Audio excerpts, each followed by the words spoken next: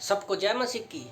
लिखा है जो आद से है तुम उसे जानते हो। लिखा है जो आद से है तुम उसे जानते हो। प्रभु का वचन कहता है पहला यूहन्ना अध्याय 2 वचन 13 में, हे पितरों इसलिए लिखता हूँ जो आद से है तुम उसको जानते हो। किसके बारे में बात हो रही है?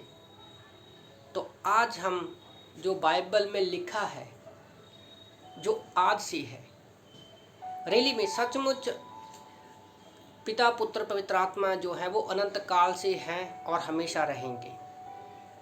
पर हम किसको जानते हैं? हम यीशु मसीह के द्वारा परमेश्वर को जाने हैं। पवित्र आत्मा आज हमारे अंदर कार्य करता है। परमेश्वर का वचन जैसे लिखा है प्रकाशित वाक्य अध्याय 1 वचन 4 में, जो है जो था और जो आने वाला है। किसके बारे में? यीशु मसीह के बारे में लिखा है। और आज हम उसको जानते हैं कि यीशु मसीह हमारे पापों के लिए इस धरती पर आए, मारे गए, गाड़े गए और 3 दिन के बाद मुर्दों में से जिंदा हो गए। फिर प्रकाशित वाक्य 1:8 में भी लिखा है, 1:4 में भी लिखा है और 1:8 में भी प्रभु का वचन कहता है प्रभु परमेश्वर जो है, प्रभु शब्द यीशु मसीह के लिए इस्तेमाल किया गया है। प्रभु जो है, जो था और जो आने वाला है। बाइबल में लिखा है यीशु ही अल्फा और ओमेगा है। यीशु ही अल्फा और ओमेगा है। प्रकाशित वाक्य अध्याय 22 वचन 13 में भी प्रभु का वचन कहता है अल्फा और ओमेगा, पहला और अंतिम, आद और अंत मैं हूँ। ये बाइबल में लिखा है और हम उसको जानते हैं। प्रकाशित वाक्य अध्याय 1 वचन 17 में भी कहता है मैं प्रथम और अंतिम और जीवता हूँ। ये बात सिर्फ हम यीशु मसीह के बारे में ही बोल सकते हैं। परमेश्वर जो है, यीशु जो है, वो किसी समय और स्थान में नहीं आता। वो समय और स्थान के बाहर है। यीशु मसीह के बारे में हम जानते हैं कि वो पहले स्वर्ग में था।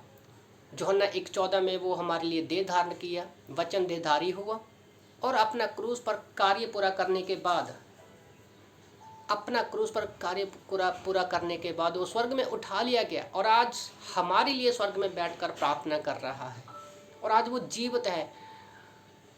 और मत्ती 18:20 में भी कहते हैं जहाँ 2 या 3 मेरे नाम से इकट्ठा होते हैं मैं वहाँ पर मौजूद हूँ। क्योंकि आज परमेश्वर यीशु मसीह जो है वो हमारे साथ व्यक्तिगत है, इसलिए वो जीवित है।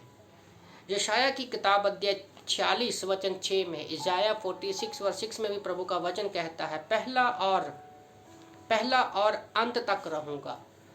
तो यीशु मसीह पहला था और वो अंत तक रहने वाला है। जब तक अनंत काल के लिए हम उसके साथ जब स्वर्ग में जाएंगे तो हमेशा हमेशा के लिए उसके साथ रहेंगे।